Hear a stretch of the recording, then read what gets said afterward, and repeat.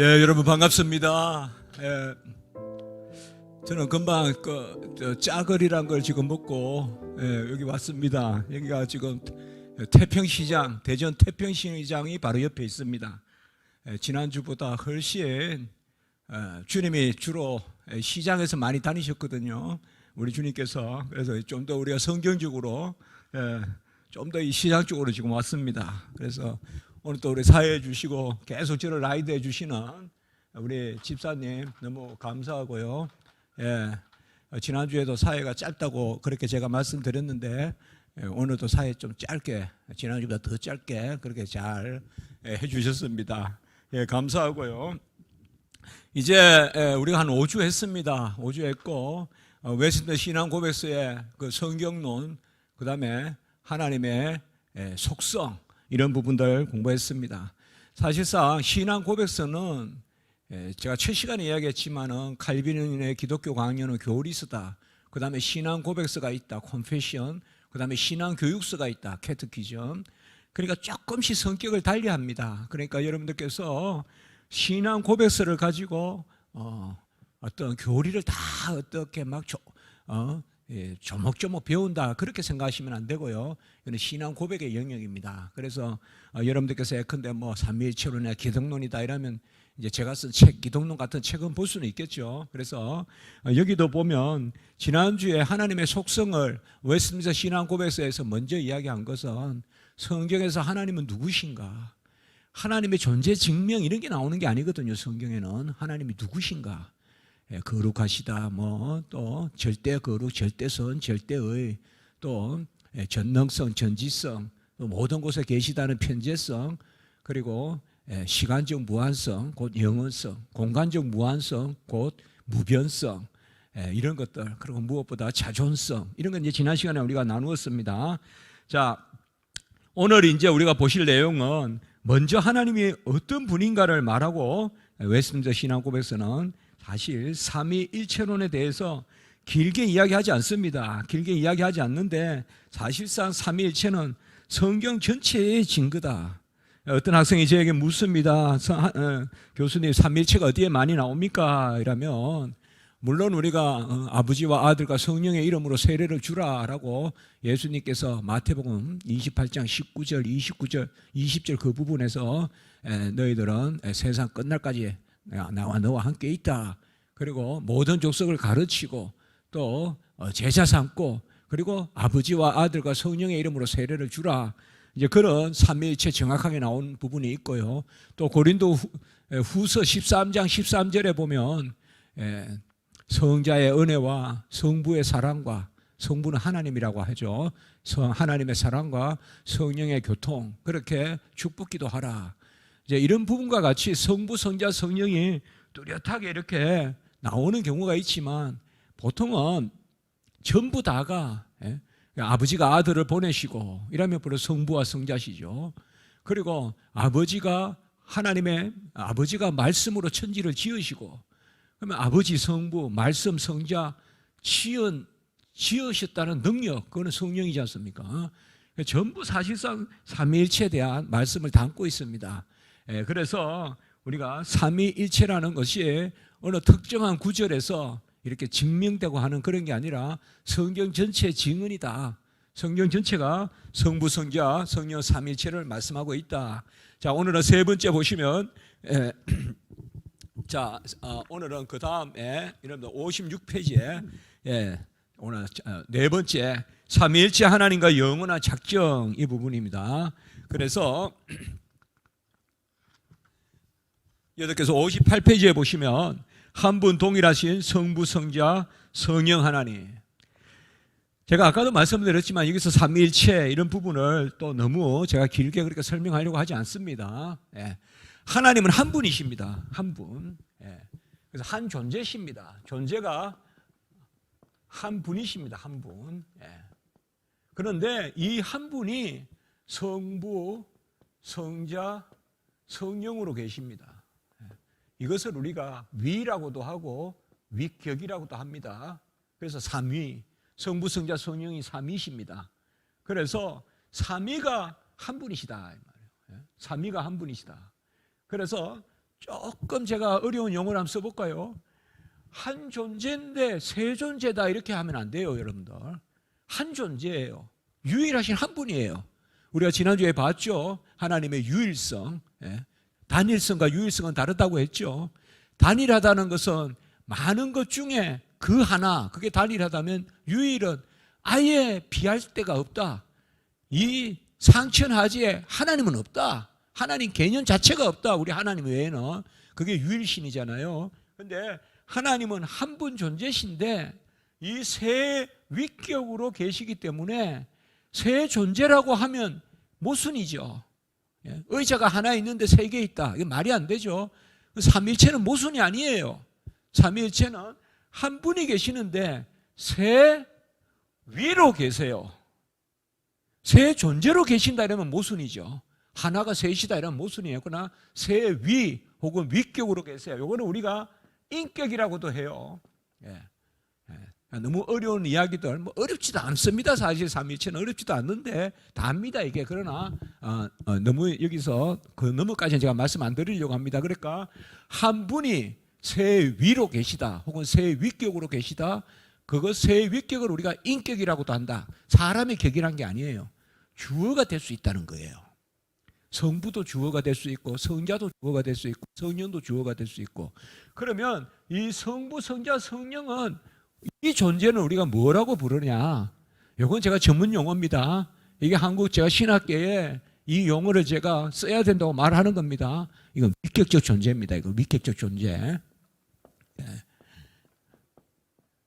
위격적 존재예요. 그러니까 한 존재가 세 존재다 이렇게 말하면 안 되고 한 존재가 세 위격적 존재다. 이러면 모순이 아니죠. 모순이 아니에요. 그런데 삼위일체의 비밀은 어디 있는가 하면 성부, 성자, 성령이 동일하신 분인 거예요. 여기에 비밀이 있는 거예요. 우리가 한 분이 세 위로 계시면 각 위가 한 분의 어느 부분 같아도 그게 아니라 성부, 성자, 성령은 동일하신 하나님이시다. 동일하신 하나님이다. 이게 이제 삼위일체의 비밀이에요. 그러니까 성부, 성자, 성령은 하나님의 일부가 아니라 동일하신 하나님. 전부 다 하나님. 성부도 하나님, 성자도 하나님, 성령도 하나님. 완전하신 하나님. 지난주에 우리가 보았듯이 그 모든 속성을 그대로 다 가지고 계시는 하나님. 그것이 바로 삼위일체 교리입니다. 그래서 여러분들 삼위일체 교리는 비유도 들 수 없습니다. 이렇게 동그랗게 그리 가지고 이거는 성부고 이거는 성자고 이건 성령이고 이렇게 설명할 수 없습니다. 왜? 성부, 성자, 성령은 동일하시기 때문에. 동일하시면 그릴 수가 없어요. 이렇게. 그래 어떤 사람은 이거 돌려가지고 색깔이 섞이면 그게 일체고 또 쓰면 뭐 어디 어디 놀이터에 무슨 뭐 이게 화살로 이렇게 뭐 송곳으로 뭐 꼽아가지고 그 저기 뭐 떡볶이라 합니까? 뭐 있잖아요. 이거 그거 아닙니다. 성부, 성자, 성령은 굳이 말하면 이렇게 바뀌어요. 그러니까 비유가 안 돼요. 그릴 수 없어요. 성부, 성자, 성령은 삼위일체 하나님은 성경이 우리에게 계시해 주시는 하나님의 존재의 어떠함, 그게 삼위일체예요. 이게 성부고 성자고 성령이죠. 동일하시니까. 그런데 성부, 성자, 성령으로 계신다. 그렇게만 말씀하고 바로 신앙 고백으로 여기에 들어가 보겠습니다. 한번 우리 같이 한번 읽어볼까요? 여러분들 집에서도 한번 크게 한번 읽어보세요. 요새 뭐 크게 읽을 기회가 없잖아요. 마스크 쓰고 다니시고 한데 한번 우리 58페이지에 그 위에 신격의 하나님 시작. 신격의 하나님 가운데 한 실체, 권능, 영원성을 지닌 성부 하나님, 성자 하나님, 성령 하나님 세 인격이 있다. 실로 성부는 아무로부터도 아니시니 나시지도 나오시지도 아니하신다. 성자는 아버지에게서 영원히 나신다. 성령은 성부에게서 그리고 성자에게서 영원히 나오신다. 자, 이게 사실상 유명한 웨스트민스터 신앙 고백서의 삼위일체 고백입니다. 먼저 신격의 하나님. 신격이란 말은 하나님이심을 뜻합니다. 신격은 하나님이심. 하나님이신 분은 한 분이십니다. 신격은 하나님이신 분이에요. 신격. 그 밑에 둘째 패러그래프에 있지만 하나님의 존재를 신격이라고 한다. 신격은 하나님의 하나님이심을 뜻하고 하나님의 본질이 여기에 있고 하나님의 실체가 여기 있다. 그래서 우리가 한 존재 한 분, 이거를 신격이라고 하고 이 본질, 실체, 이걸 한 분이시다 이 말이야. 한 분이시다. 그래서 하나님은 한 분이시다. 신격, 본질, 실체, 이런 말을 여기서 씁니다. 한 분이시다. 그러니까 웨스트민스터 신앙고백서에는 신격의 하나인 가운데 한 실체, 권능, 영음성을 지닌, 요거는 이제 하나님의 속성이죠. 하나님은 실체가 하나시고 권능에서 동일하시고 영원하시고 성부 하나님, 성자 하나님, 성령 하나님 세 인격이 있다. 우리가 위라고도 할 수 있고 인격이라고도 할 수 있고 같이 쓰는 말입니다. 우리가 삼위라고 할 때 위는 위격이란 말의 축약 이야기예요. 그러니까 삼위라는 것은 세 위격이란 말이고 위격이란 말과 인격이란 말은 같은 말이고 같은 말입니다. 그래서 성부, 성자, 성령은 어느 속성이 아니에요. 어느 성질이 아니에요. 분명히 성부, 성자, 성령은 주어가 되는 그러한 격이에요. 격. 그렇지만 한 존재세요. 그래서 본질과 실체가 하나이시고 그런데 성부, 성자, 성령으로 계시고 그리고 성부, 성자, 성령은 동일하신 하나님이고 세상에는 이런 게 없어요. 세상에는 이런 게 없어요. 그래서 우리는 비밀이라 하는 거예요. 비밀은 모순도 아니고 역설도 아니고 부조리도 아니다. 뭐다? 비밀이다. 삼위일체를 모순이란 말도 쓰는 사람이 있고 역설이란 말도 쓰는 사람이 있고 부조리하다 그렇게 쓰는 사람인데 그거는 다 삼위일체 몰라서 아니에요. 삼위일체는 가장 엄정한 절대적인 객관적인 진리입니다. 사실 영원히 불변하는 최고의 진리가 하나님의 삼위일체이십니다. 성부, 성자, 성령으로 계시고 그래서 우리가 지난 시간에도 지난주에 했지만 삼위일체 하나님이시기 때문에 스스로 계시고 스스로 계시하시고 스스로 말씀이시고 아버지나 아들에게 말씀하시고 스스로 말씀이시고 살아계시다. 그래 말씀을 드렸어요. 그래서 이 하나님의 한 본질, 한 존재, 한 분 하나님은 성부, 성자, 성령으로 계신다. 그리고 성부, 성자, 성령은 동일하시다. 전혀 동일하세요. 본질에 있어서 실체에 있어서 전혀 신격에 있어서 동일하시요. 여기에서 성부는 더 높고 성자는 더 낮고 이렇게 이야기하면 안 돼요. 그렇게 이야기하면 안 돼요. 자, 그래서 그 위에 일단 봅시다. 하나님은 유일하신 분이고 58페이지 위에 유일하신 하나님 그리고 스스로 계신 분 여호와시다. 여호와란 말이 사실 스스로 계시다는 뜻이에요. I am that I am. 나는 스스로 있는 존재다. 하나님에게는 수를 못 붙여요. 한정사를 못 붙인다고요. 하나님에게는. 하나님은 I am 다음에 쓸 말이 없어요. 우리가 어떤 것도 보호가 들어갈 수가 없어요. I am I라고 밖에 표현이 안 되는 거예요. 하나님은. 우리는 내가 문병호는 어떻다 어떻다 문병호는 몇 년까지 태어났다 이런 한정이 가능하지만 하나님은 I am I밖에 안 돼요. 하나님은. 그게 여호와란 뜻이에요. 그게 여호와예요. 그러니까 모세가 이름을 물었을 때 나는 스스로 있는 자니라. 나는 스스로 있는 자다. 그게 여호와예요. 여호와. 스스로 있는 자란 말이 번역하면 I am I 혹은 I am that I am 이렇게 다 번역이 되는 겁니다. 영어 성경에서. 이 말은 보호를 따로 쓸 수가 없다. 하나님은 나는 나라고밖에 말씀할 수 없어요. 왜요? 규정이 안 되니까. 우리의 하나님은 하나님이시다.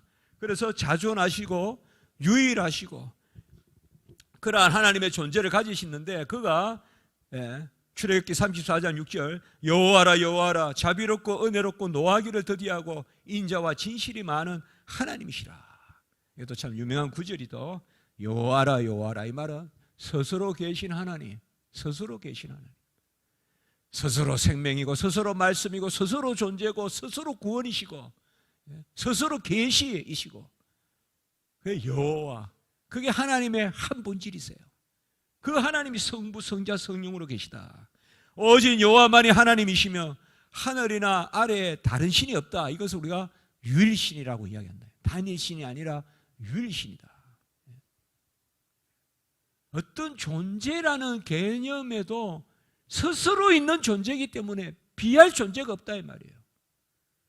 여러분이나 저는 다 피조된 존재예요. 그러니까 피조성을 공유하고 있어요. 우리는 피조물은 너무나 많아요. 생물도, 동물도, 식물도, 미생물도, 사물도, 물자부터는 전부 피조물이에요. 인간은 인물이고. 하나님은 뭐예요? 스스로 계시는 존재는 유일한 존재예요. 그래서 유일하신 하나님, 한 분 하나님은 한 존재로 계시는 그 하나님이 성부, 성자, 성령으로 계시고, 그 셋째 패러그래프에 하나님은 성부, 성자, 성령이시고, 아들은 영원히 아버지와 함께 계시고, 아버지의 품속에 계시고, 아버지의 품속에 계신 독생하신 하나님, 그리고 태초에 말씀이 계시느라. 여기 성경 구절들 여러분들 잘 보세요. 꼭 집에서 줄치면서 읽으세요.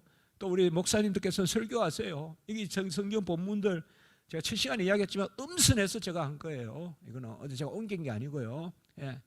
그래서 하나님은 영원히 아버지와 함께 계시고, 태초에 말씀이 계시니라 그 말씀이 하나님과 함께 계시다. 그런데 그 말씀이 아버지 품속에 독생하신 하나님, 아버지 품속에 함께 계시고, 그런데 아버지와 나는 하나인이다. 분명히 성부와 성자가 함께 계시는데, 성부와 성자가 함께 계시는데 동일하신 분이다. 한 분 동일하신 분이다. 이걸 우리는 삼위일체의 비밀이라 이렇게 한다면, 비밀은 계시의 진리를 비밀이라고 합니다. 역시 우리가 첫 시간에 이야기했죠. 둘째 시간에 이야기했고 성경할 때. 예. 그래서 성부와 성자 또 성령은 한 분이십니다. 하나이시고, 하나님은 영이시다. 이건 이제 사마리아 여인에게 이야기했죠. 영이라는 것은 뭐라고 했죠? 지난 시간에 기억나십니까? 물이 아니다. 물이 아니라는 것은 뭐요? 자존성을 이야기한다. 하나님은 영이시라 하는 것은 하나님은 물이 아니다. 곧 지어지신 분이 아니다. 스스로 계신 분이다. 하나님은 영이시니 예배하는 자가 성령과 진리로 예배하지니라 할 때, 영과 진리로 예배하지니라 할 때, 그때 하나님은 영이시니라는 말은 하나님은 물이 아니시니, 예배하는 자가 성령과 영과 진리로. 그러면 이 영은 뭘까요? 이 성령이에요. 성령은 뭘까요? 피조물일까요? 아니에요. 스스로 계신 분이에요. 하나님은 영이시다라고 했을 때 영은 하나님은 성령이시고, 하나님은 성부시고, 하나님은 성자시고. 그래서 그 성령은 성부의 영이고 성자의 영이고, 그게 이제 오늘 여기 위에 나오는 거예요. 이게 이제 웨스트민스터의 우리 서방신학의 중요한 교리인 거예요. 성령이 아버지 그리고 아들로부터 나오신다라는 교리예요. 이게 우리가 서 있는 교리예요. 성령은 성부로부터 그리고 성자로부터 나오신다. 자, 이러면 제가 금방 설명을 해볼게요. 사마리아 여인에게 하나님은 영이신이라고 했어요. 그러면 하나님은 뭐예요? 그 하나님은 태초에 말씀이 계시다. 말씀, 그는 성자죠. 말씀이 성부와 함께 계시는데 아버지 품속에 독생하신 하나님. 자, 요한복음 1장 1절에는 뭐예요? 태초로 말씀이 계시고 성자. 요한복음 1장 18절에는 뭐예요? 그 말씀이 아버지와 함께 계시고 성부. 그런데 뭐예요? 하나님은 영이시다. 성령. 그 성부, 성자, 성령 한 분이시죠. 그러니까 이렇게 성경에 삼위일체 교리가 꽉 들어차 있다고요. 꽉 들어차 있어요. 그리고 삼위일체 구절은 뭐 아까 말씀드린 것 같이 아버지와 아들과 성령의 이름으로 세례를 주라. 마태복음 28장 19절. 그 다음에 지금은 아들의 은혜와 아버지의 하나님의 사랑과 성령의 교통, 고린도후서 13장 13절. 그런 특정한 구절만 삼위일체가 아니라 삼위일체 증거 구절은 성경 전체가 삼위일체 증거 구절이다. 태초에 하나님이 천지를 창조했다. 성부, 천지를 빛이 있으라 하니 빛이 있었다. 말씀이잖아요. 있으라 하니 그 명령, 말씀, 그게 성자거든요. 빛이 있었다. 역사, 성령이거든요. 그 삼위일체 역사다 이 말이에요. 예, 그래서 아버지도 영이시고 아들도 영이시고 아버지와 아들이 하나님이시더 성령도 하나님이시고 주도 성령도 한 분 하나님이시다. 에베소 4장 4절 5절 6절 주도 하나요 하나님도 하나요 성령도 한 분이시오. 이 삼일체단 말이요. 다 성부 성자 성령은 동일하신 하나님이고 동일하신 하나님인데 각각의 위로 계세요. 그게 성부고 성자고 성령이에요. 성부는 성자보다 더 높고 성부는 성자보다 먼저 계시고 그게 아니에요. 동일해요. 그런데 성부 성자 성령으로 계세요. 성부가 성자보다 높다 이렇게 하면 안 돼요. 여러분들 동일하세요. 동일하신데 성부 성자 성령으로 계시고 그래서 아까 제가 이야기했지만 위격이라고도 불리고 인격이라고도 불리고 이런 존재는 위격적 존재라고 부른다. 이러면 사실상 삼위일체 다 설명된 겁니다. 삼위일체는 다 설명된 거예요. 자, 59페이지에 첫째 줄에 보시면 성경 전체가 이를 증거한다. 다시 말씀드리면 제가 여기에 진짜 엄선해서 제가 이렇게 썼습니다. 다음에 또 좀 더 두꺼운 것으로 이 책을 쓸 겁니다. 웨스트민스터에 대해서. 그러니까 여러분들 지금 자꾸 성경 구절들 삼위일체 하나님이 천지를 창조하시고 만물이 말씀과 성령의 기운으로 시편 33편 2배 기운으로 이 성령이잖아요. 말씀으로 지으시고 말씀으로 말미암아 천지가 있다.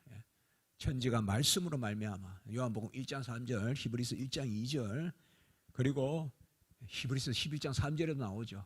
모든 것이 말씀으로 지어졌다.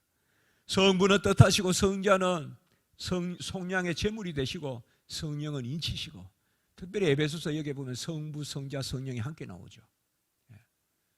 여러분들 지난주도 봤죠? 우리가 에베소서 봤죠? 여러분들 성령 영광을 올릴 때 성부 성자 성령 각각 성령이 있었죠. 에베소서 다시 보지 않겠습니다. 아버지와 아들과 성령의 이름으로 세례를 주라. 아까 마태복음 28장 19절 주님께서 감난산에서 성천하실 때 하신 말이에요. 마태복음에도 그 구절이 있어요. 성천할 때 그게 바로 이때예요. 바로 아버지와 아들과 성령 이름으로 세례를 주라. 그리고 말씀드렸듯이 고린도후서 13장 13절 주 예수 그리스도의 은혜와 성자의 은혜 그 다음에 하나님의 사랑과 이건 성부예요. 성부의 사랑과 그 다음에 성령의 교통하심. 자, 여러분 성경을 읽으실 때 하나님 이렇게 나오면 일단 여러분 삼위일체라고 생각하셔야 돼요. 그런데 우리는 하나님이라면 주로 성부라고 생각해요. 성경 읽을 때. 그래서 막 그 예수님이 이 땅에 성육신 하시고 그래야 성자가 비로소 계시다고 자꾸 생각해요. 아닙니다. 성경에서 하나님이 나오면 삼위일체라고 생각하고 읽으셔야 돼요. 그렇게만 바라봐도 은혜가 돼요. 여러분들 삼위일체 하나님이에요. 성부 성자 성령 하나님. 태초에 하나님이 천지를 성부 성자 성령 하나님. 하나님이 계시니 성부 성자 성령 하나님. 그렇게 생각해야 돼요.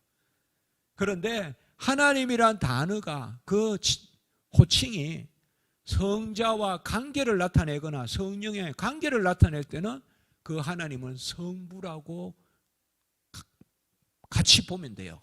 그러니까 태초에 말씀이 계시다. 이 말씀은 성자잖아요.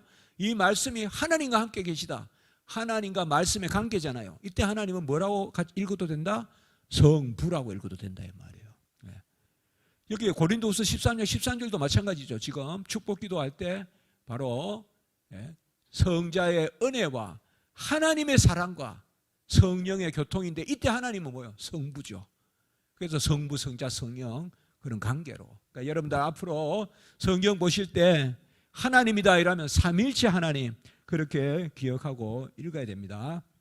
자, 아버지와 아들은 하나이시고 아버지 안에 아들이 아들 안에 아버지가 계시다.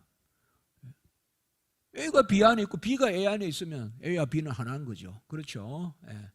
아버지가 아들 안에 아들이 아버지 안에 그러면 아들과 아버지는 하나이다. 예. 요한복음 10장 30절이죠. 예. 나와 아버지는 하나이니라. 아버지의 것은 다 아들의 것이다. 여러분 기억나세요? 하나님에 관한 표현은 절대성을 가지고 읽어라. 아버지가 아들에게 모든 것을 주셨다. 마태복음 11장 27절. 그래서 수고하고 무거운 짐진 자들아 다 내게로 오라 이렇게 되잖아요. 아버지께서 내게 모든 것을 주셨으니 수고하고 무거운 짐진 자들아 다 내게로 오라. 그럼 절대적으로 읽으면 뭘까요? 성부가 성자에게 모든 것을 주셨다는 것을 절대적으로 읽으면 같다는 거죠. 안 그렇습니까? 모든 걸 다 주었다 그러면 절대성을 부여하면 같다는 거죠. 이렇게 다 삼일체예요. 아버지의 것은 다 아들의 것이다. 이거 요한복음 16장 15절에 나오는 말씀이거든요. 다 중요한 말씀들이에요. 이런 것이 다 뭐예요? 성부와 성자가 한 분이시다. 동일하시다. 그걸 뜻하는 거예요. 이게 다 삼일체 증거 구절이다. 중요한 증거 구절이더라.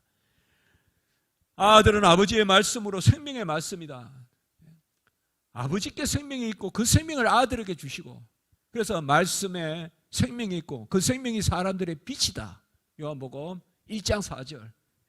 이런 것도 다, 그리고 태초로부터 계신 생명의 말씀, 아버지께 생명이 있고 아들에게 생명이 있다. 그 생명이 우리에게 참 빛으로 오신다. 이런 개념들, 이런 것들이 다 삼위일체의 증거 구절이고, 아버지의 품속에 독생하신 하나님, 요한복음 1장 18절.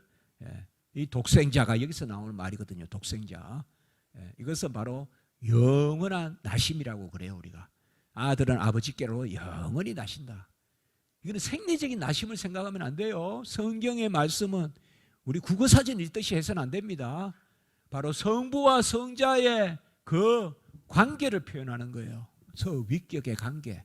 그게 아버지는 아들을 낳으시고 영원히 낳으시고, 성령은 그러면 뭐냐? 그리스도의 영이다. 로마서 8장 9절, 빌립보서 1장 19절. 그 다음에 하나님의 아들의 영이다. 갈라디아 4장 6절. 주의 영이다. 고린도후서 3장 17절. 진리의 영이다. 진리는 말씀의 영이죠.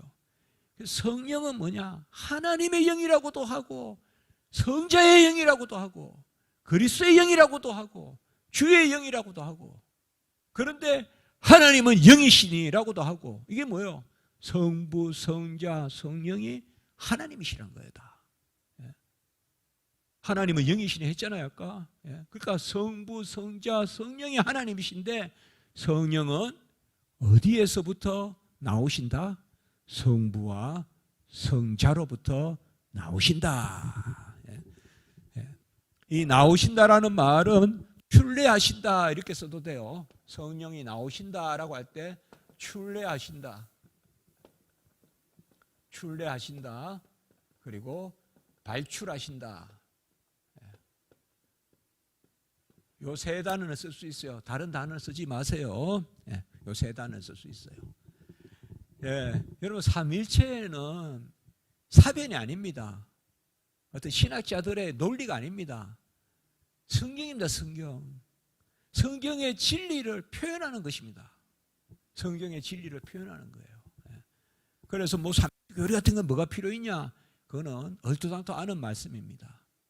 삼위일체 교리에 대한 아멘이 있을 때 요한복음 1장 1절이 금방 아멘이 되는 겁니다.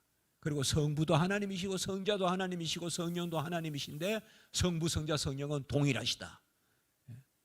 항상 우리의 믿음 가운데 있어야 되죠. 이게 삼위일체 신앙이죠. 그리고 삼위일체는 전제되는 것입니다.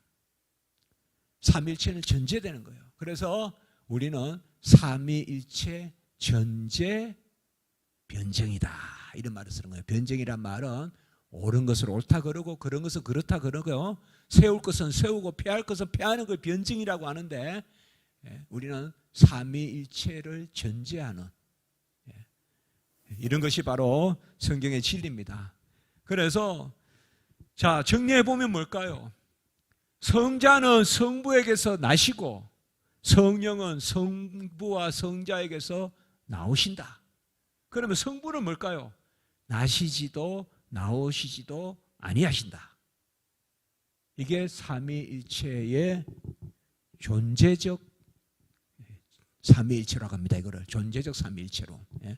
이거 존재적 삼위일체입니다. 그래서 오늘 거기에 다시 58페이지 우리가 이해 가보시면, 둘째 줄, 성부는 아무로부터도 아니시고, 이 말은 나시지도 나오시지도 아니하시고, 성자는 아버지에게서 영원히 나시고, 성령은 성부에게서 그리고 성자에게서 영원히 나오신다. 이거를 우리가 존재적 삼위일체론 이렇게 합니다. 아니면 삼위일체 하나님의 존재 이렇게 합니다.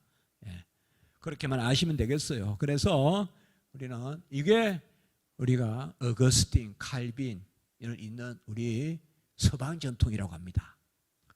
동방교회는 성령이 성부에게만 나오신다고 합니다. 그래서 그리스도의 영이라는 개념이 약합니다. 중보자의 개념이 약해요. 그러니까 그걸 메꾸려고 신비주의, 그거를 조금 왜곡시키면 송영의 신학 이런 거로 해가 영광의 신학 이런 거 막 만들어냅니다. 그래서 동방신학 똑바로 아셔야 돼요, 여러분들. 동방신학은 온전치 않습니다. 온전치 않아요. WCC가 동방신학자들이 중심이 돼서 만든 게 WCC예요. 그래서 정확하게 아시면 되겠습니다. 자, 이 웨스트민스터 신앙 고백서와 아주 비슷한 게 59페이지 밑에 저 넷째 줄, 아들은 오직 아버지로부터, 성령은 아버지로부터 그리고 아들로부터 위격적으로 존재하신다. 이 말은 바로 기독교 강요에 나오는 이야기입니다. 그러니까 기독교 강요에서도 정확하게 성자는 영원히 성부에게서 나시고, 제가 라틴어 한번 해볼까요?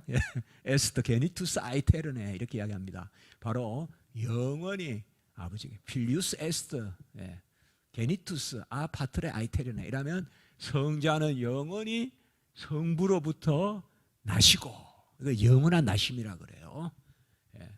그리고 스피리투스 산투스 에스터 포로케덴서 아 파트레 에 필리오, 성령은 아버지 그리고 아들로부터 나오신다. 출래하신다. 발출하신다. 60페이지에 성부, 성자, 성령은 한 분 하나님이시나 고유한 특성에 있어서 구별되신다. 이 말은 아버지의 아버지이심. 그게 아까 대표적으로 존재를 뜻할 때는 아버지는 나시지도 않고 나오시지도 않고, 아들은 나시고 성령은 아버지 그리고 아들부터 나오신다. 이것을 존재 삼위일체다. 여기는 일단 제가 여기까지만 설명을 할게요. 다시 말씀을 드려서 신앙 고백서에서 모든 것을 하려고 하면 제가 이 삼위일체만 설명해도 한 학기는 해야 되겠죠. 그러나 이렇게만 크게 아시면 되겠습니다. 삼위일체는 모순도 아니고 역설도 아니고 부조리도 아니다. 막 무슨 본인이 뭐 대단한 신학자라도 되는 듯이 말이요, 삼일체 역설이요 막 이렇게 이야기하면 뭔가 삼일체 아닙니다. 비밀입니다. 계시의 비밀, 경건의 비밀, 구원의 비밀, 삼일체의 비밀, 성육신의 비밀, 종말의 비밀, 성경은 전부 비밀입니다. 사실 삼일체만 비밀이 아니라 하나님의 비밀이면 하나님의 역사도 비밀이죠. 하나님의 경륜도 비밀이죠. 섭리도 비밀이죠. 비밀이라는 말은 계시의 지식입니다. 그래서 제가 성경에 대한 아멘이 중요하다고 이야기한 거예요, 사실. 그래서 우리가 시간을 많이 할애한 거예요, 사실. 지금까지 앞부분에. 그게 가장 중요해요. 성경이 무엇이라는 것을 정확하게 아멘하는 것이 가장 중요해요, 성도의 신앙에 있어서. 그래서 비밀이라는 말은 세상의 모든 과학적 지식은 폐합니다. 폐합니다. 1+1은 2도 폐합니다. 그러나 성경의 지식은, 비밀의 지식은 영원합니다. 그게 삼위일체의 비밀이에요. 그래서 자 60페이지에 둘째 문단 바로 내려가 보겠습니다. 하나님의 가장 지혜롭고 거룩한 뜻에 따른 작정이다.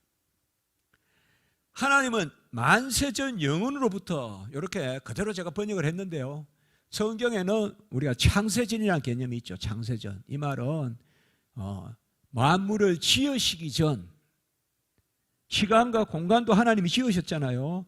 그러니까 모든 것이 자기의 뜻으로부터 나왔다. 그래서 이 세상의 모든 것은 만물을 짓기 전에 이미 하나님이 작정하신 거예요.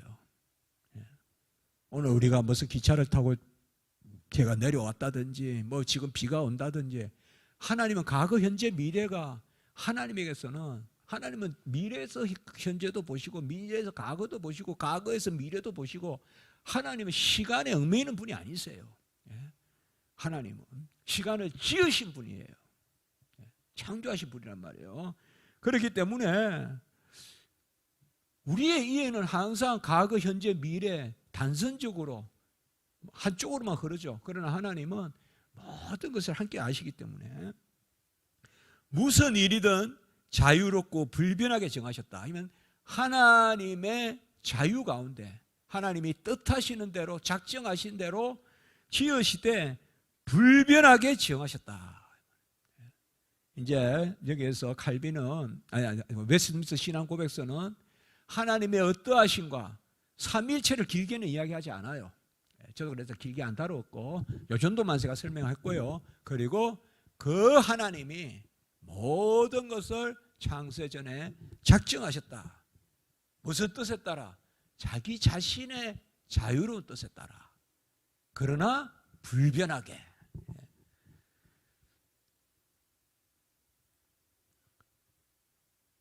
딱 한 가지 작정하지 아니하신 게 있어요.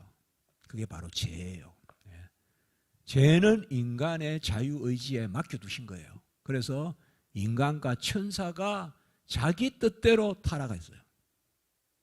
그러면 하나님은 그것을 모르셨냐? 아셨어요.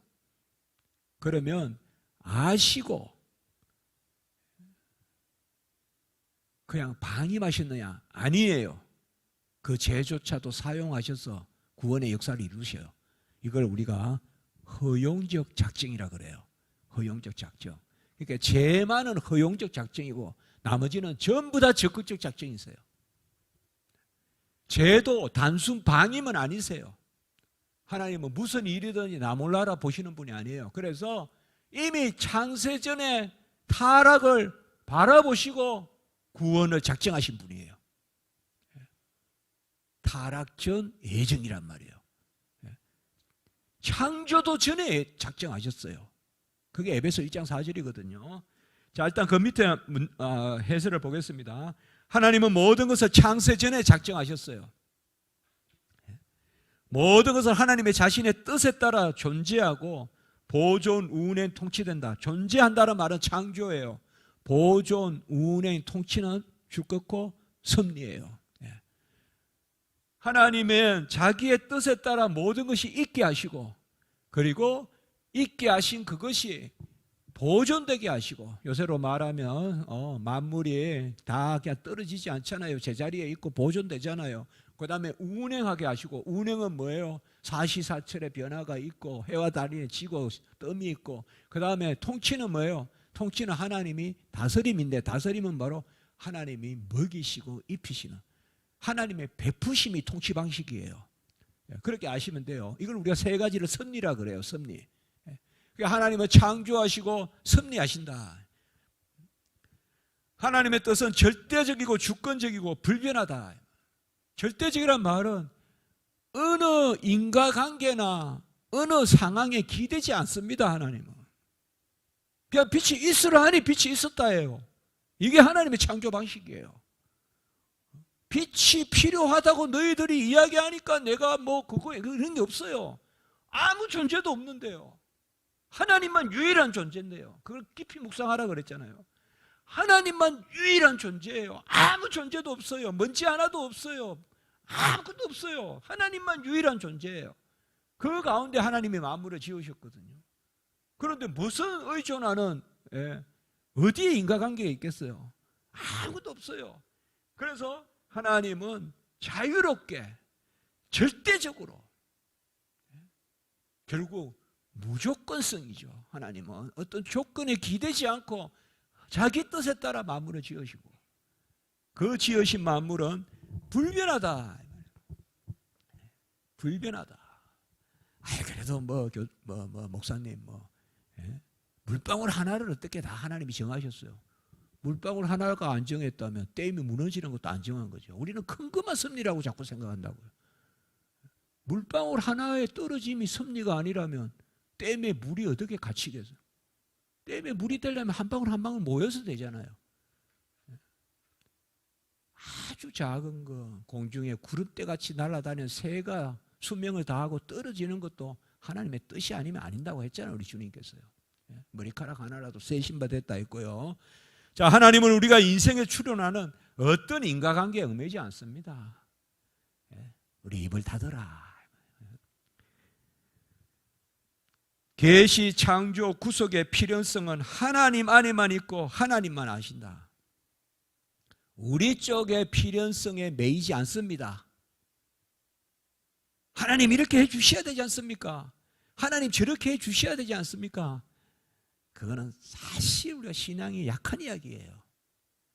이제는 좀 그런 기도는 안 해야 돼요. 우리가 멸류관쯤 되면 이제는 하나님의 뜻대로 하옵소서.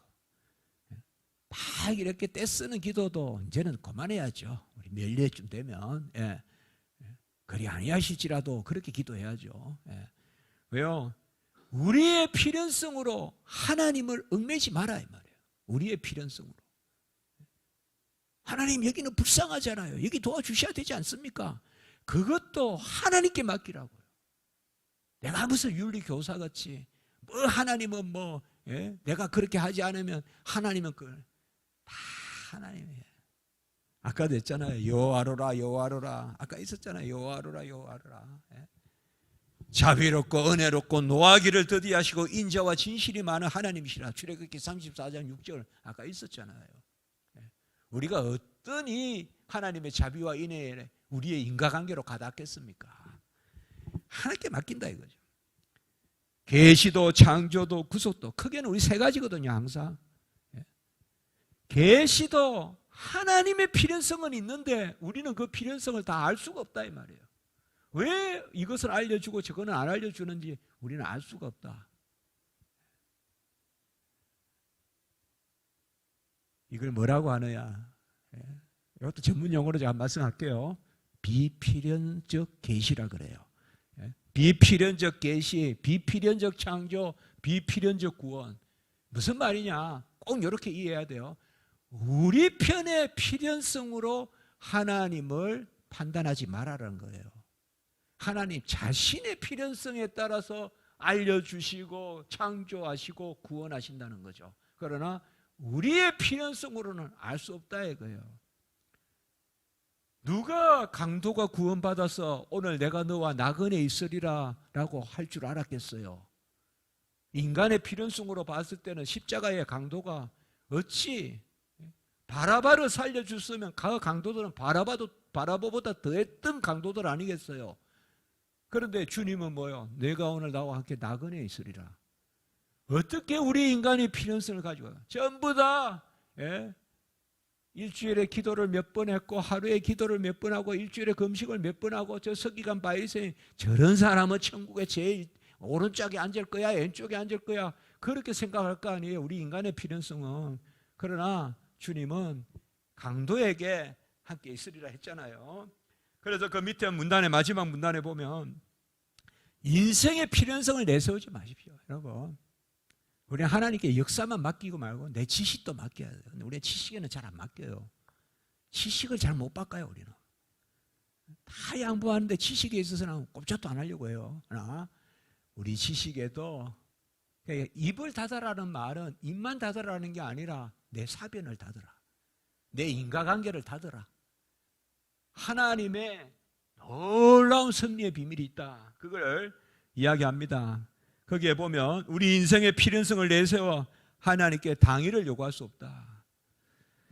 이사야 40장 13절 14절 누가 여호와의 영을 지도하였으며 누가 그의 모사가 되어 가르쳤으랴.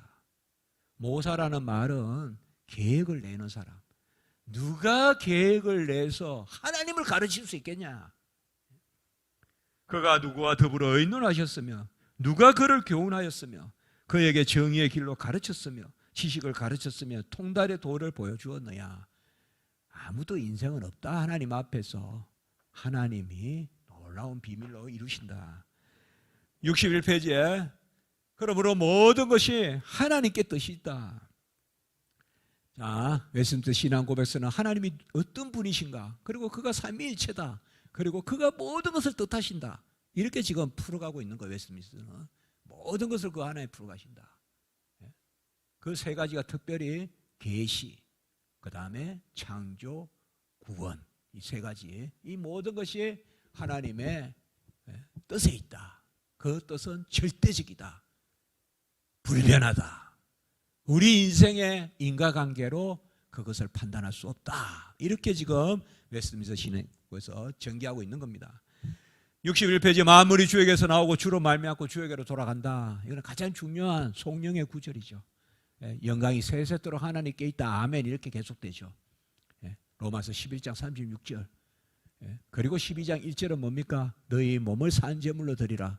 이것이 영적 예배니라. 로마서 11장 36절과 12장 1절은 같이 읽어야 돼요. 항상 아셨죠? 성경에는 간혹 장이 다른데도 같이 읽어야 될 구절이 있어요. 바로 이게 대표적인 구절이에요. 로마서 11장 36절과 로마서 12장 1절은 같이 읽어야 돼요. 그래서 하나님은 머리카락 하나도 세시고 참새 한 마리도 떨어지지 않게 하신다. 주님이 하신 말씀이에요. 표현이 아니에요. 이거는 이 표현도 약한 거예요. 하나님은 저 구석에 플랑크톤 하나도 헤아리세요. 그렇게 생각하시면 돼요. 저 태평양의 산호초 하나도 헤아리세요. 하나님은 만물을 지으시고 조성하시고 아까 보존, 운행, 통치하신다 그랬죠. 우리는 뭐 머리카락 하나, 야 이거 어떻게 세? 다 해서 야 이거는 표현이야, 이거는 그냥 은유야. 아닙니다. 왜 못 헤아리십니까? 하나님이 다 헤아리시죠.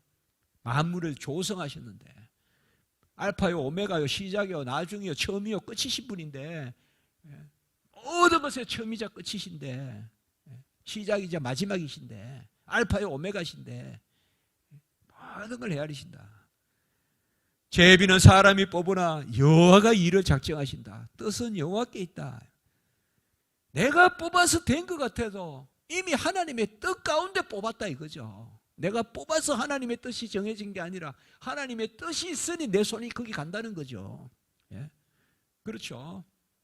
그래서 구약에 보면 고라 자손이 잘못했다 이러면 줄을 쫙 세워놓고 너 나와 너 나와 너 나와 이렇게 하잖아요. 그래 마지막 그 다 그냥 향로불에 죽게도 하고 또 뽑을 때도 이도로 뽑을 때도 이렇게 앞으로 나오라 하잖아요.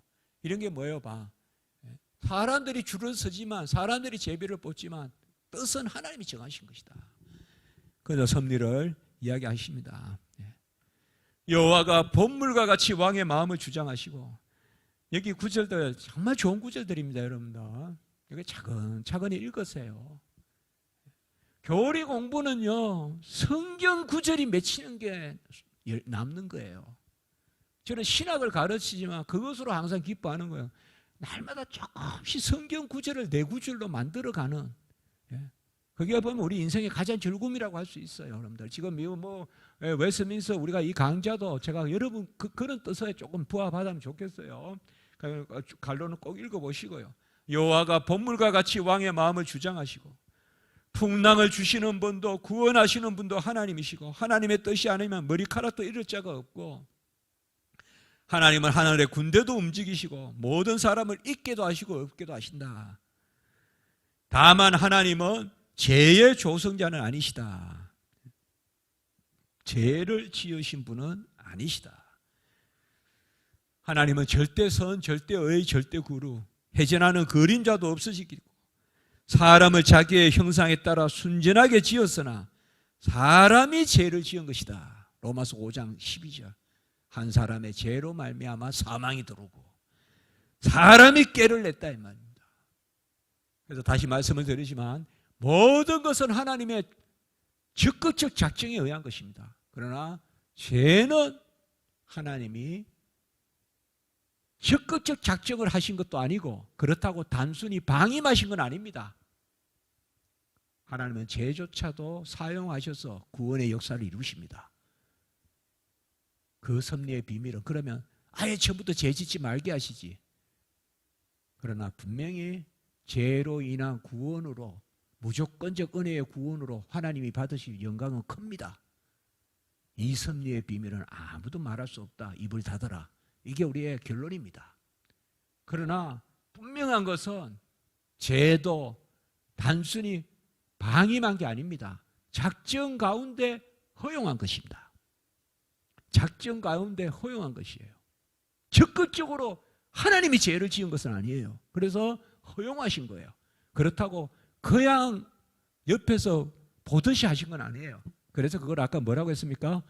허용적 작정이라고 이야기해요. 여러분 이에 대한 질문 많이 던지잖아요. 질문 많이 던지는데 이것이 답이에요. 예.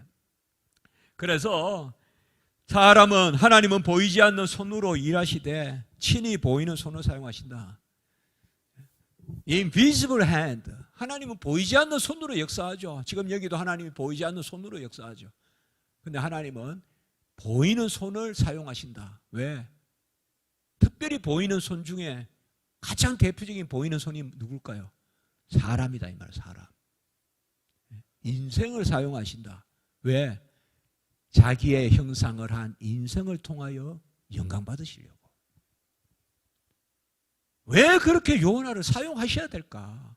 요나가 없으면 니네의 성 구원 못하실까? 아니죠. 근데 물고기 뱃속에까지 집어넣으셔서 죽고 살아나는 그 죽음과 부활의 도를 깨닫게 해서 다시 요나를 니네의 성으로 보내시잖아요. 모세가 없으면 이스라엘 백성을 못 건져내실까요? 만나 매출하게 주고 10가지 기적을 일으키는 그 하나님이 모세가 없다고 못하시겠습니까?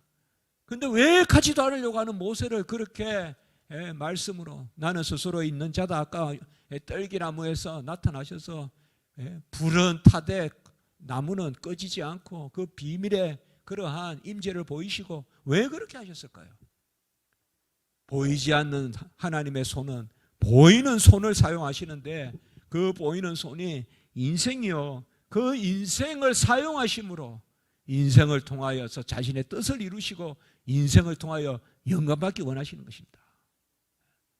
우리가 잘나서 사용하는 게 아닙니다. 그런데 우리를 꼭 사용하시려고 합니다. 하나님은. 그래서 교회의 직분자를 두고 일꾼을 두고 우리 멸례를 주시지 않습니까? 멸례를. 아주 큰일 하고 있지 않습니까? 지금 우리 멸례가 지금 하나님의 보이는 손으로 잘 사용되고 있지 않습니까? 지금.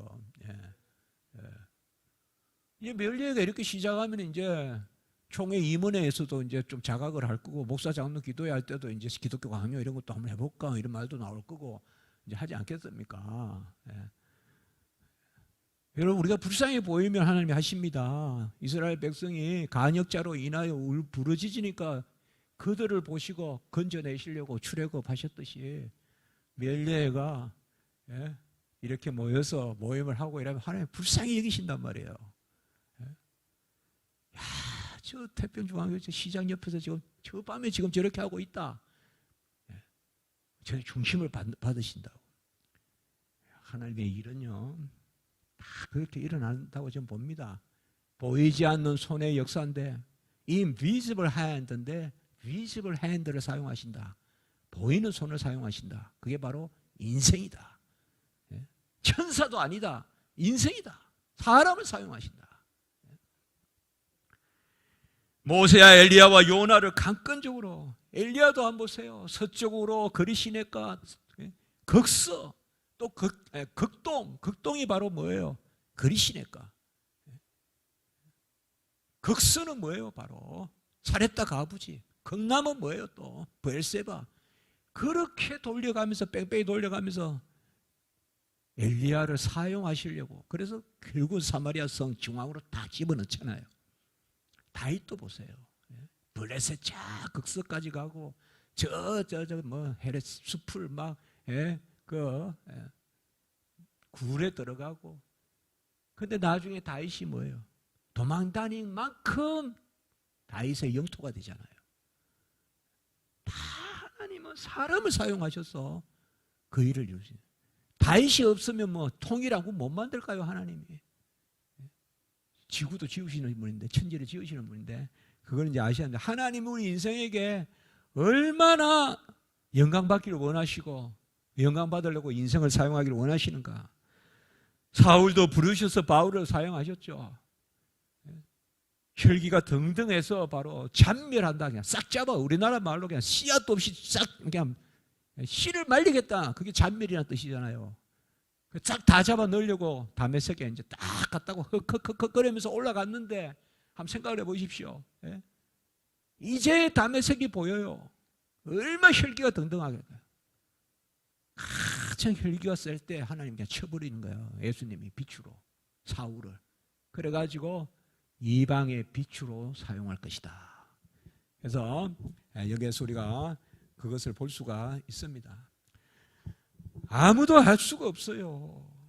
가장 큰 비밀은 바로 가장 큰 섭리는 십자가의 섭리예요. 그 십자가의 섭리는 뭡니까? 구원의 대속에 우리의 의가 되는 그 큰 일을 이루시는데 누구를 사용합니까? 행악자들의 손을 사용하십니다. 가장 제가 4대 잿덩어리라고 불러요. 안나스, 가야바, 헤롯, 빌라도, 여기에 신문을 당하지 않습니까? 우리 주님이. 죄가 없으신 분이, 여러분 안나스, 가야바는 그 제사장도 아닙니다. 완전히 그냥 폐역한 가장 악독한 제사장 가문이 안나스 가문입니다. 그 사이가 가야바고요. 그 당시 오래 제사장질을 못해 먹어요. 그런데 이 안나스는 머리가 좋아가지고 전부 백성들 거 걷어 가지고 로마에 바치고 이렇게 해가지고 계속 장기 집권을 하는 거예요. 제사장이. 그게 안나스 가문이에요. 그러니까 자기들 거 양과 소를 사지 않으면 하나님이 받으시지 아니하신다 하면서 목장을 운영하고, 안나스 가문이 그 풀 주고 사료 주기가 돈 드니까 빼짝 말려놓고는 돈 드니까, 그런데 그거 안 사면 안 된다니까 몇 배 받아 먹어가지고 팔고, 그게 성전에서 매매한다 이 말이에요. 그런 거 안나스 가문이 한 거예요. 그래서 그 돈 가지고 또 로마에 가서 황제한테 바치고 이렇게 해서 했던 그 잿덩어리, 그 앞에 예수님이 신문 당하셨잖아요. 빌라도도 아주 나쁜 인간입니다. 빌라도 앞에서, 그 다음에 헤롯 앞에서. 우리가 이런 섭리를 어떻게 아냐 이 말이에요. 그러니까 가장 대표적인 것은 십자가의 섭리다. 하나님은 악인의 손을 들어서 자신의 뜻을 이루시고, 또 그 밑에 요셉도 마찬가지죠. 요셉이 형들한테 그래서 구덩이에 들어가고 미디안 상인들한테 팔리고 애굽에 갈 때 누가 알았겠어요? 그게 하나님의 섭리라는 거를. 그리고 그 하나도 안 돼서 다시 또 보디발의 아내한테 음해를 당해가지고 다시 감옥에 들어가서 술 맡은 가는 떡 맡은 가는 그때 꿈 해석해가지고 또 나오지 않습니까? 그리고 이제 또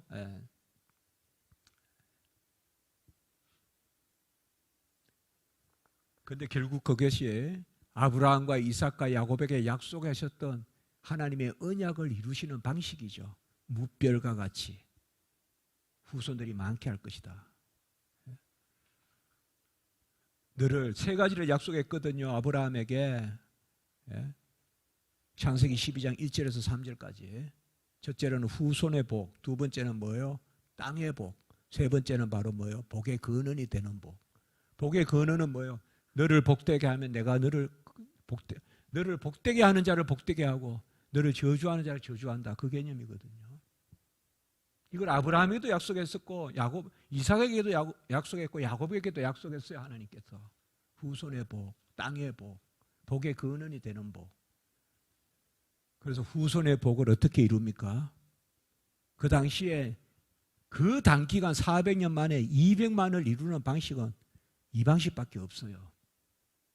노예가 되는 거예요. 그것도 강대국의 노예가 되는. 그 당시에 노예는 전쟁에 안 나가요. 전쟁에 안 나가요. 그리고 강대국의 노예는 보호를 받아요. 그래서 어떻게 보면 노예가 아니면 200만이 되기 전에 다 죽여버려요. 그 당시에는 지식이 있으면 다 죽여버려요. 종은 못 배우게 하는 거예요. 다 하나님의 섭리예요. 그래서 먼저 200만이라는 무별과 같은 후손을 만드셔서, 그리고 드디어 땅의 복을 약속하시는 가나안으로 집어넣죠. 이 일을 이루시려고 어떤 일을 하셨느냐? 요셉을 구덩이에 집어넣은 거죠. 그래서 너를 복되게 하는 자는 내가 복되게 한다. 그 흉년 가운데서 각 처에서 찾아오고 다 하나님의 뜻이. 누가 이렇게 하나님의 뜻을 이루실 줄 알았겠어요? 그 구덩이와 그 감옥이 언약을 이루시는 방식인 줄 누가 알았겠냐고요. 그래서 우리가 하나님의 섭리를 이야기할 때 가장 대표적인 두 가지가 뭐냐? 십자가의 섭리와 요셉의 섭리, 이런 이야기를 가장 많이 우리가 생각해 볼 수가 있어요. 그래서 요셉이 딱 고백하잖아요. 바로 이것이 형들은 나에게 그렇게 할 필요가 없다. 우리를 구원하시려고 하나님이 나를 이곳에 보내셨다. 그렇게 요셉이 하지 않습니까? 자, 60페이지에 60페이지에 저쪽에요. 62페이지에 무조건적 작정이다. 하나님은 일어날 것이거나 일어날 수 있는 무엇이든지 추진되는 모든 조건에 터잡아 아시지만, 이 말은 자, 우리가 열심히 일했어요. 그래서 성공했어요. 우리가 그렇게 이야기하면 하나님은 일하는 것도 알고 성공하는 것도 알고 각각을 안다는 거예요. 각각을 아신다. 우리는 열심히 일하면 결과는 하나님은 간섭 안 한다. 그게 아니라 이 말이에요. 일하는 것도 아시고 결과도 아시고 다 아십니다. 하나님이. 그러니까 원인에도 하나님의 뜻이 있고 결과에도 하나님의 뜻이 있다. 그래서 우리가 하나님, 내가 열심히 일하면 그것으로 내가 어떤 결과를 보겠습니다. 이렇게 해서 내게 힘만 주시면 내가 뭘 하겠습니다. 이것도 오만한 생각이다 이 말이에요. 힘을 주시는 분도 하나님이시오. 열매를 맺게 하시는 분도 하나님이시오. 원인과 결과가 전부 다 하나님의 뜻에 있다 이 말입니다. 내가 이렇게 해서 이렇게 됐다라는 말을 할 수 없게 만든다 이 말. 하나님. 원인도 하나님이요 결과도 하나님이시다. 그렇게 우리가 항상 두렵고 떨린 가운데 하나님 앞에 지금 그 말이에요. 계몽주의, 과학주의는 뭐예요? 이런 인풋이 있으면, 이런 조건이 있으면 결과는 나오게 돼 있다. 그게 과학정신이거든요. 그게 산업혁명이거든요. 그게 아니라는 거예요. 원인도 하나님께 있고 결과도 하나님께 있고, 원인과 결과의 상관관계를 가장 잘 아시는 분은 하나님이시고, 우리는 간혹은 이렇게 열심히 기도했는데 이렇게 하십니까? 라고 뭔가 원인을, 결과를 뭔가 내 편으로 몰고 가자. 그게 아니라는 겁니다. 그걸 여기서 이야기하고 있습니다. 그래서 마지막 분에 보면 모든 것을 예견하셨기 때문에 작정하신 것은 아니다. 이 말은 내가 열심히 일하면 성공할 것이다. 그래서 하나님이 나를 성공하게끔 작정하셨다. 그것도 아니라는 것입니다. 우리가 아까부터 계속 이야기하지만 이 인과관계라는 것, 이건 이제 과학 정신 아닙니까? 원인과 결과의 어떤 상관성, 여기에서 논리학이 나오고 그렇게 하지 않겠습니까? 그러나 우리는 이 인간의 논리의 사슬을 끊습니다. 하나님의 절대 주권. 그래서 모든 것을 정하셨지만 기도시키십니다. 모든 것을 정해놓으셨으면 기도할 일이 없잖아요. 우리가. 그건 운명론입니다. 섭리와 운명의 차이는, 운명은 모든 것을 정해놨으니까 눕자 졸자 자자 두 손을 모으고 쉬자 그렇게 하지만, 섭리는 모든 것을 정해놓으시고, 그래서 우리가 지금 기도하게 하시는 거예요. 지금 기도하는 것과 정해놓으신 것의 인과관계를 내가 판단하지 말라는 거예요. 하나님의 뜻에 맡기라는 거예요. 그래서 그게 바로 섭리와 운명의 차이입니다. 그래서 그 밑에 보시면 하나님은 모든 것을 미리 아시고 작정하시는데, 우리의 앉고 눕고 일어선과 길 가는 것과 말과 행위를 다 아신다. 시편 139편에 잘 나와 있어요. 이런 거 꼭 읽어보세요 여러분들. 우리가 눕는 것도 아시고 앉는 것도 아시고 길 가는 것도 아시고. 하나님은 원인만 작정하시거나 결과만 작정하시는 것 않고 원인과 결과를 모두 작정하신다. 결론, 주 안에서 잠잠하라 이 말이에요. 주 안에서 잠잠하라. 왜 끄집어내서 이렇게 몰살당하게 합니까? 뒤에는 애국 병사, 세계 최고의 병사들, 철기병이 쫓아오고 앞에는 홍해가 가로나여 있고, 인과관계로 보면 불평할 말도 하죠. 그러나 잠잠해. 또 광야에 가서 물이 없어요. 또 앞에는 아말렉이 있어요. 그냥 종살이 하더라도 애굽의 하득에서 참새 꼴 구워 먹고 살았을 때가 좋다. 또 옛날 생각하죠. 그 또 인과관계를 내세우는 거죠. 끊임없이 인과관계를 내세우는 거죠. 근데 하나님은 끊임없이 인간의 인과관계를 끊어버리게 만들죠. 하나님의 영광을 돌리기 위해서. 할례를 거행하고 전쟁에 나가는 거 인과관계 맞습니까 이게? 인과관계 안 맞잖아요. 전쟁 갈 때는 할례를 거행하는 게 아니라 체력 단련을 해야 될 거 아니에요. 그런데 여리고 성 무너뜨리러 갈 때 어떤 거 시킵니까? 여리고 뭐 한번 생각해 보세요. 여리고 성에 갈 때 어떤 일이 있었습니까? 첫째로 할례를 명령해요. 할례. 예? 아니, 전쟁을 앞두고 할례 시키잖아요. 그 다음에 두 번째는 뭘 이야기합니까? 만나와 메추라기를 끊어요. 그동안 주시던 것도 안 줘요. 아니, 더 줘야 될 텐데. 만나와 메추라기 끊지 말고 또 그 동네 거 더 주든지 이렇게 해야 될 텐데 만나와 메추라기 끊어요. 가나안 거 이제 먹으라 이거요. 거기 가서. 만나와 메추라기만큼 될까요? 그 가나안 땅에 막 들어가가지고. 그 다음에 세 번째 보면요. 여호와의 군대 장관이 나타나요. 여호수아 앞에. 그래 뭐라고 합니까? 신을 벗으라 그래요. 신을 벗으라. 잘 읽어보세요. 그쪽에. 신을 벗는다는 것은 그 당시에 가냐에서 신을 벗는다는 그 동네 가보면 알아요. 여러분들. 그건 불타 죽어요. 신을 벗으라는 것은. 그리고 전쟁을 앞두고 신을 벗으라는 게 말이 됩니까? 예? 그럼 신 벗으면 유리만 던져놔도 그 어떻게 성으로 들어갈 거예요? 전쟁을 못하는 거죠. 신을 벗으라는 것은. 신을 벗으라 그래요. 이게 뭘까요? 이게 우리 인과관계에 맞습니까? 전쟁을 앞둔 인과관계에 맞냐고요. 이게 안 맞잖아요. 거꾸로 가야 되잖아요. 할례가 아니라 더 세력 달라는. 아니 다 포피를 빼가지고 남자들이 쩔뚝거리면서 어디 가가지고 전쟁을 하냐고요. 할례를 거행하고 피를 흘리면서.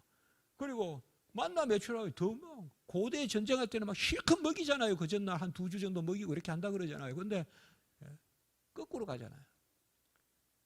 그러니까 원인과 결과의 인과관계로 하나님 앞에 서지 마라. 왜 지금 가장 앞에 이 이야기를 할까요? 자, 우리 이 구조를 한번 생각해 봅시다. 지난주부터. 여기 우리가 큰 은혜가 있는 거예요. 웨스트민스터의 어떤 뜻이 있는 거예요. 신앙 고백서에. 먼저 하나님은 누구신가를 이야기하고 그분이 성부, 성자, 성령으로 계신 걸 이야기하고 그리고 그분이 모든 뜻을 가지고 있다. 어거스틴의 이야기가 생각이 납니다. 하나님의 뜻은 모든 것의 규범이다. 그러니까 하나님의 뜻은 모든 것의 규범이다. 그걸 지금 이야기하고 있는 거예요. 이런 것이 우리는 뭐 하나님이 뭐 우리는 그냥 뭐냐? 그러면 뭐 우리가 뭐 하라고 그냥 놀자. 그러면 우리가 뭐 할 수 있냐? 그 운명론이라고요. 원인과 결과에 열심히 기도하고 다 정하셨다. 그게 바로 섭리의 비밀입니다. 섭리의 비밀. 그걸 여기를 이야기합니다. 그러니까 인과관계를 내세우지 마라. 이 말. 하나님 앞에서 인과관계를 내세우지 마라. 하나님은 사람에게는 구원의 일을 공로가 없음을 미리 아시고 무조건 선택하시고 원하는 자로 말미암은 것도 아니요 다른 받기를 하는 자로 말미암은 것이요 부르시는 이 긍휼을 베푸시는 이로 말미암는다. 이 성경 구절 꼭 봐야 됩니다, 여러분들. 제가 정말 이거 애써서 쓴 글입니다. 그래서 다른 받기를 하는 이로 말미암은 것도 아니요 원하는 이로 말미암은 혈통이나 육정이나 사람의 뜻으로 난 것이 아니요 바로 부르시는 이 긍휼을 베푸니 오직 하나님께로 난 자들이니라. 요한복음 1장 13절. 영접하는 자 그 이름을 믿는 자 하나님의 자녀가 되는 권세를 주셨으니 이는 혈통이나 육정이나 사람의 뜻으로 난 것이 아니라 오직 하나님께로 난 자들이니라. 요한복음 1장 13절 12절 13절. 긍휼의 그릇이죠. 로마서 9장에 나오는 긍휼의 그릇으로 삼으셨다. 우리는 다 긍휼의 그릇으로 삼으신 것입니다. 그래 기도하십시오, 여러분들. 여호와의 불쌍히 여기심이 우리의 그릇을 채워주는 것입니다. 우리는 뭐예요? 불쌍히 보이면 되는 거예요. 이거 뭐예요? 이거 불쌍히 보는 거잖아요. 이거 불쌍히 보는 거 아닙니까? 이거 할래 거기가 쭈뚝쭈뚝거리고 먹을 것도 없고 신도 벗으라 하고 그 다음에 뭐예요? 소리도 지르지 마. 꼼짝없이 그냥 입 다물고 돌기만 해. 불쌍히 보이는 거 아닙니까? 그리고 마지막에 한 번 소리 질러. 그거는 뭐예요? 소리에 공로가 있는 것이 아니라 서원의 정신이에요. 서원. 이미 됐다 하고 소리 지르는 거예요. 할렐루야예요, 그게. 어떤 사람은 뭐 소리 질러서 여리고성이 무너졌다. 고고학자가 그렇게 이야기하는 사람도 있어요. 말이 됩니까? 소리 질렀다고 무너집니까, 성이? 그거는 이미 이제는 우리는 조용하다가 마지막 때 찬송할 때 소리는 질러라 이거죠. 주께서 다 이루었다고 이미 믿음 가운데서 확신 가운데서 찬송하라는 거죠. 그때만 입을 벌리라는 거죠. 그전에는 조용하라는 거죠. 그래서 6일 동안 조용하게 계속 그 바퀴 돌고 마지막에 소리 지른다는 것은 이미 된 줄 알고 감사하는 걸 우리가 서원이라 하거든요. 그래서 제가 서원의 외침이란다 이 말, 그렇게 이야기한다 이 말, 제가 서원의 외침이다. 서원의 외침. 네.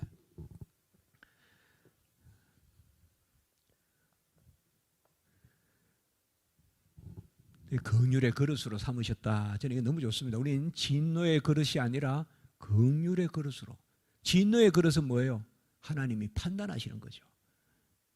긍휼의 그릇은 뭐예요? 하나님이 무조건 베푸시는 거죠. 그래서 로마서 9장에 진노의 그릇, 긍휼의 그릇이 나오지 않습니까?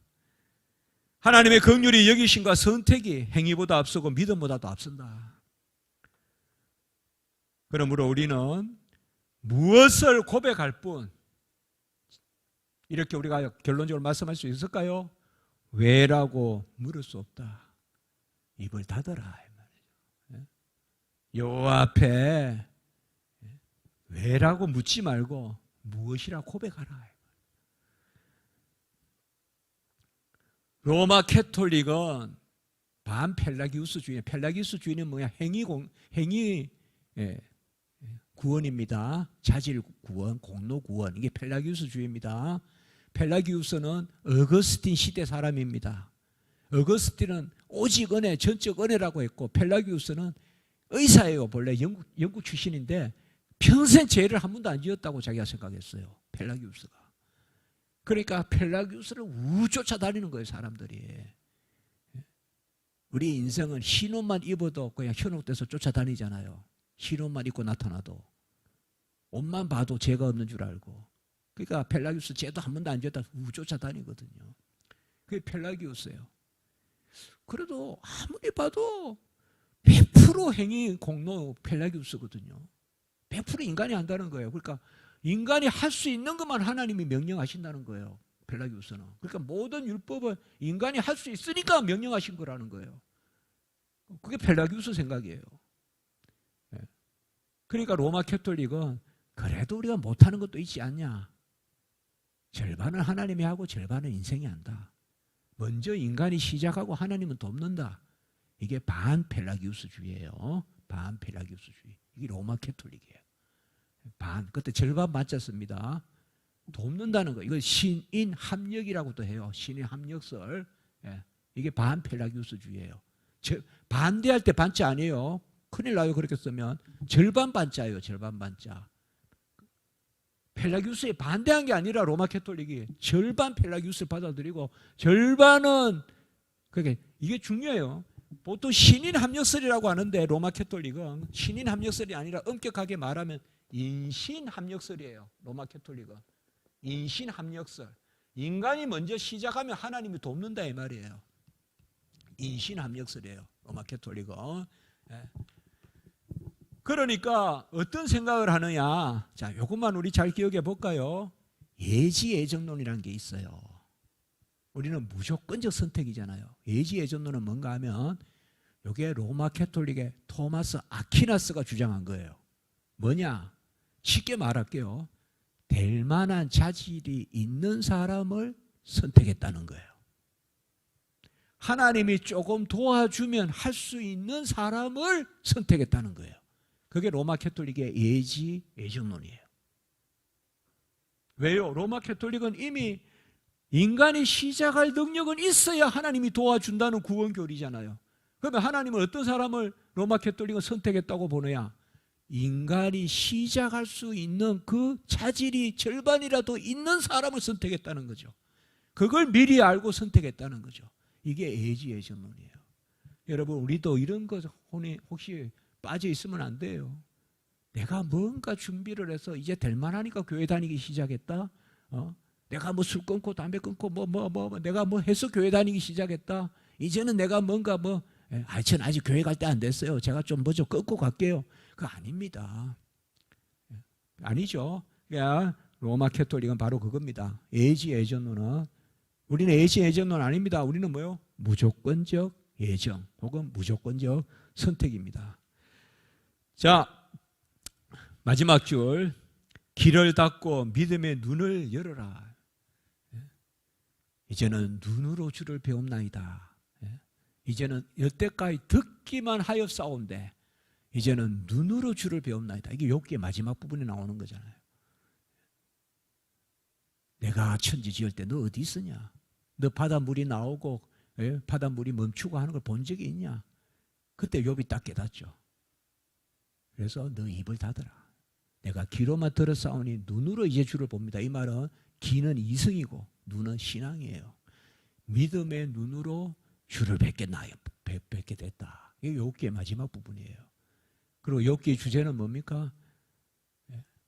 우리가 하나님의 뜻은 다 알 수가 없다 이 말입니다. 그러나 하나님은 우리를 사랑하기에 충실하시다. 누가 먼저 주께 드려서 갚으심을 받겠냐? 자, 제 5장은 조금 쉬었다 하겠습니다. 5분만 쉬겠습니다. 여러분 뭐 집에서는 그냥 쉬면서 하고 계시죠? 그러니까 여기 있는 분만 5분만 쉬면 돼요. 그러니까 5분 쉬고 선택과 유기에 예정하겠습니다, 여러분. 제가 짜거리 저만 먹어서 죄송합니다, 오늘. 여러분도 드시고 싶으면 이리 오세요. 태평시장으로 오세요. 그러면 짜거리 드시면 되니까. 자, 조금 쉬었다 하겠습니다, 5분.